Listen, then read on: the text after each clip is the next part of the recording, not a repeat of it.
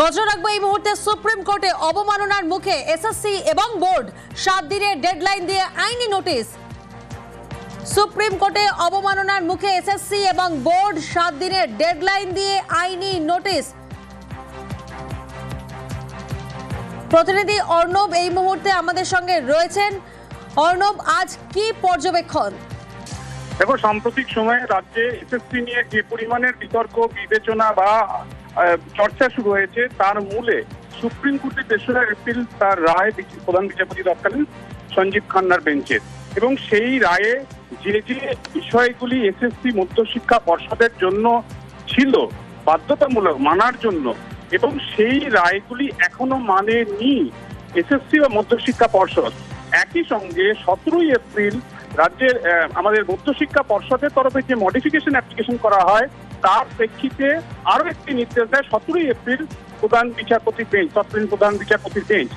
এই দুই মূল জাজমেন্ট এবং 17ই এপ্রিলের রায় মিলিয়ে যে বিষয়গুলি ম্যান্ডেটরি হয়ে যায় এসএসসি এবং মধ্যশিক্ষা পর্ষদের জন্য, সেখানে একাধিক বিষয় এখনো মানা হয়নি, এবং তাতে 31শে মে 2025-এর মধ্যে যে 4 নিয়োগ প্রক্রিয়া বাতিল করেছিল সুপ্রিম কোর্ট 3রা এপ্রিল, প্রায় 26,000 চাকরি বাতিল হয়েছিল, তাতে পুনরায় যে পরীক্ষা নেওয়া ফ্রেশ রিক্রুটমেন্ট তার বিজ্ঞপ্তি দেওয়ার কথা ছিল এসএসসির।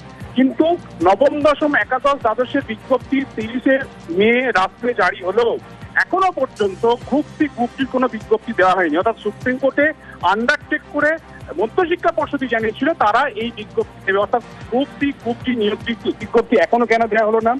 কারা পরীক্ষায় বসবে নবম, দশম, একাদশ, দ্বাদশে, তাদের বয়সের সীমা কি হবে, উচ্চসীমা কত হবে, এ বিষয়ে কোনো নীরব। যে বিজ্ঞপ্তি এসছে নবম, দশম, একাদশ, দ্বাদশের ফ্রেশ রিক্রুটমেন্টের কথা বলা হয়েছিল সুপ্রিম কোর্টের রায়, অর্থাৎ 2016-র নিয়োগ প্রক্রিয়া প্রায় 34,000 বা 25,000 যে সংখ্যাটাই হোক না কেন, সেই ঘোষিত শূন্যপদ 2016 সালে যা ছিল সেটাই পূরণ করার কথা এই প্রেস রিক্রুটমেন্টে, কিন্তু তার সঙ্গে আরো শূন্যপদ বেড়ে গেল, নতুন রুল তৈরি হলো।